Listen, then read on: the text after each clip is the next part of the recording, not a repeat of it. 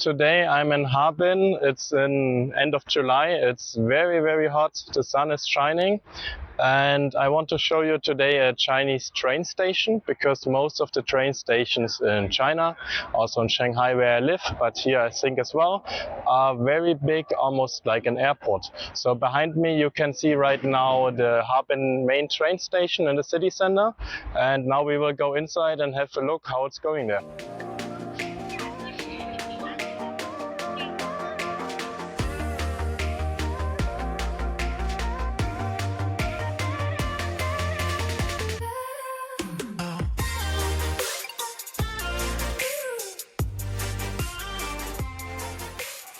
So over there you can see now we have to give our passport.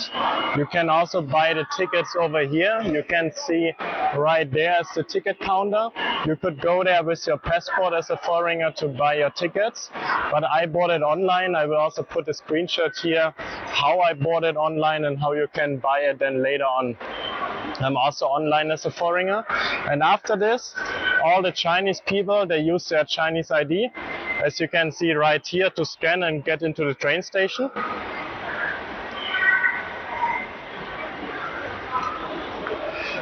This usually does not work for foreigners with a passport, so you have to go to this person over there who will manually put this information of your passport in the computer.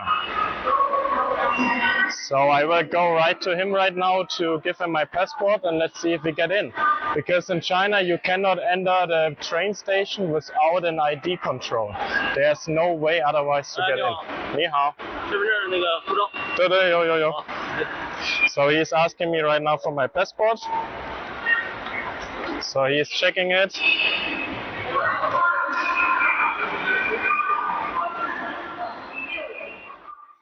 Okay, I got through the security check. This took about now like 5 minutes, because they are not very used to foreigners here in this area. So this guy didn't see a foreign passport for quite a while, I guess. And I had to explain him if he has to use my visa number, which didn't work, but of course he had to use my passport number, and he couldn't find my passport number. So I had to help him to put in my passport number on his computer. But this is quite normal sometimes when you are more like certain areas in China where they are not so used to foreigners. But now the next step after the ID control, what you always have to do here in a train station in China is the security check. So you can see here, you have to scan your luggage and everything, and they also gonna scan you. They don't do it as serious as in a airport. It's just like a very quick scan, but everybody who wants to go into the train station has to undertake this step. So now I gotta go there and do this as well. Okay, now we pass the security control. It's usually a lot of squeezing, but it goes quite quickly because, as I said, they don't check you as serious as on the airport. This takes about less than 5 minutes mostly. And then the next thing we can do is we can check where our train gate is, because here are the gates. Like, you cannot just go onto the rail as you want. You have to wait until they open the gates for you. So there you can see, for example, my train is D923 to Qiqihar South, and this one is leaving around 12:37, and I have to go to check 8 and 9.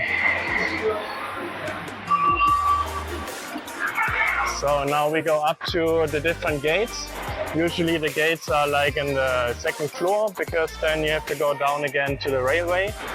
And upstairs you can find a lot of shops. I will show you this in a minute. Okay, now we arrived on the waiting hall. As you can see, because in China, of course, there are so many people, the waiting hall is quite huge. This one is like very normal train station size in the big cities in China. For example, I think the ones in Shanghai are quite even bigger. And in Shanghai, I think they have now 4 or 5 of those. So this is how they're moving basically the people around the country. And over there you can see already the different entrances. I have to find now entrance 8 and 9. Here's entrance for 12 and 30. And just to sum it up again, as I said before, you cannot show, or you cannot get in without showing your passport or your Chinese ID, and you can also not get onto the platform without a ticket. So the train stations here, they are very clean, they are very well managed, and they are basically working like a small airport. And the trains here, I will show you later the train of course, are also very punctual. Usually they have no delay, or they even have like just a few 2 or 3 minutes delay. That's quite normal here. So for me personally, riding a train is very, very nice in China because you have nice comfortable seats. I bought right now a ticket for the second class. I will show you how the second class looks like, and maybe we can also have a look into the first class so that you get a feeling for it. And you also have always the Wi-Fi, you always have the internet connection. No, not the Wi-Fi sometimes doesn't work, that's not true. But you always have the 4G and the 5G. Like even when I was in the Inner Mongolian desert with the train, I could always access my mobile data, what you have quite a lot here in China. And with this I could still work or watch movies or whatever I like to do in the train. So it's very convenient. And I will see now if I'm on the right gate. And I come back to you when I board a train. See you in a minute. So right now we are on the gates 8 and 9. I'm waiting for the train to board. As you can see here, a lot of people as well.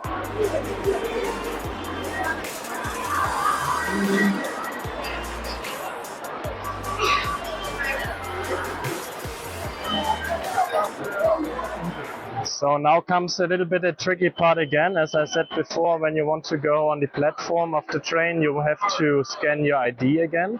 Like you don't need a paper ticket anymore as a couple of years ago. It's just bound to your ID or to your passport. So there's no need for you anymore to pick up the ticket in the counter as it was before. You just show them your passport. Sometimes on some train stations you can scan your passport in the machine as the people do with the ID, and you can enter the train station. But I checked already here, and you can see they only allow you to scan the Chinese plastic card IDs. So what you have to do then is, usually on every gate, not usually all the time at every gate, they have like an officer working there, and he has also a separated scanning machine. And in this separated scanning machine, as you can see right here, they scan it for the people who can't like have the digital ID or have some trouble. And yeah, for us foreigners it's also sometimes a little bit trouble. So basically you have to look for those persons here who scan it, and then you just line up in this line and you go through there and show them your passport again. So this is what I'm doing right now. I'm gonna line up and wait until it's my turn, and then hopefully they let me in, and I see you in a bit at the train. Okay, so now it's our turn. Let's see how that goes with giving her my passport and how she's doing. Let's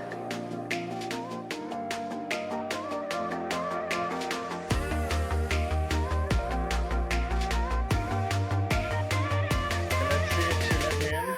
Okay, thank you very much.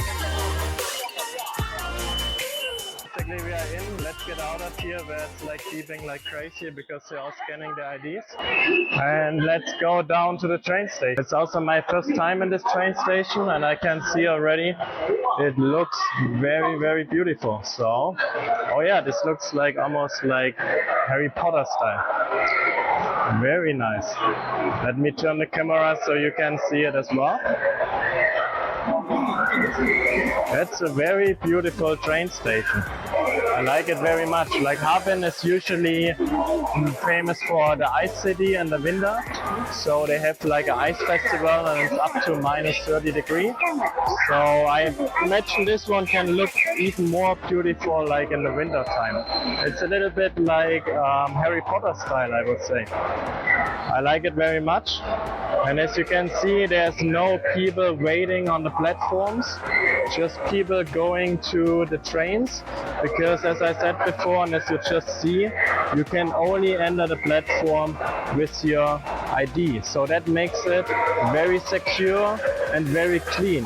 As I also said before, I find those Chinese train stations for the security for the tidiness and everything, very, very well managed. So let's see now about the train, how clean and how well managed the train is or not. And I will be there in a bit. See you soon. Okay, now we arrived at our train. There's two different ones, and I must admit they look quite different from the trains I'm used to in the Yangtze River Delta and Shanghai. So there are different classes of trains like D and G. Like I can also put you like what it means here in the video, the different train classes. And you can also find in your ticket, what you order online, your train wagon number and your train seat number. You don't have to pay anything extra for this reserved seat. You have to get an assigned seat anyways. That's very normal. There are sometimes some standing tickets, so they can also provide some tickets for people when the train is fully booked for the seats. But usually all the time when you book first class, second class or any class, you will get assigned your seat. I have to find right now the wagon number 5. Now we are on wagon number 2, so we still have a bit to go.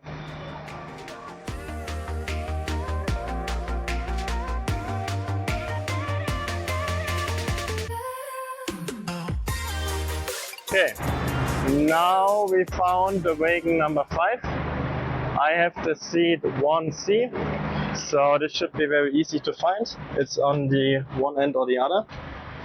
And welcome to the second class train in China. So I have the 1C, so I'm seated right here. And the first thing you can see, they all drive in the same direction, so you don't have any trouble to drive backwards. Here I recorded a short video for you where you can see how all the seats in the second and first class can be arranged to sit in the same direction. And here you can see the train in average goes about 350 kilometers per hour.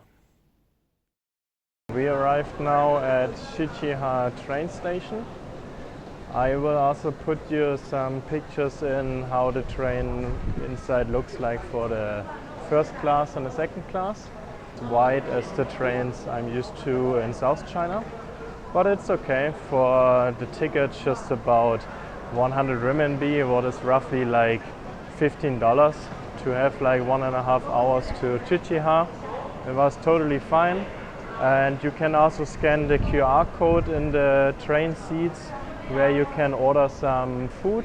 Like they have different options from different train stations where they have the YMI, what means like the food delivery guys. They bring McDonald's or other Chinese brands like fast food brands and normal food directly to the train station. And then they pick it up for you and they distribute it from the board restaurant to the different seats. And you can have some food besides the food they have on the train. Okay, now as you can see behind me and around me, of course, a lot of people rushing out of the train station. This one, as you can see, is a very small train station. It's more like a countryside train station, I would almost say. But now let me get my luggage and go down here. Now we are almost on the exit of this train station here in Qiqihar. And even on the exit of the train station you have to scan, before it was your ticket, now it's just your ID. You have to scan it again, so they're gonna leave you out. Like I will show you right here. So the going out process from the platform is exactly the same as going onto the platform. And for the foreigners, if you cannot use your passport on the machine, you can just basically, again as before, ask this guy to take your passport and scan it with his machine. So that's it. He let me go out. So I'm out of the train station and now I'm ready to explore Qiqihar. I heard Qiqihar is quite famous for the barbecue. So let's see if that's true, but I already tried some Qiqihar barbecues before in Shanghai. It was quite good. So now I'm looking forward to try the original one. So I say goodbye to this train station and goodbye to you guys and see you on the next one.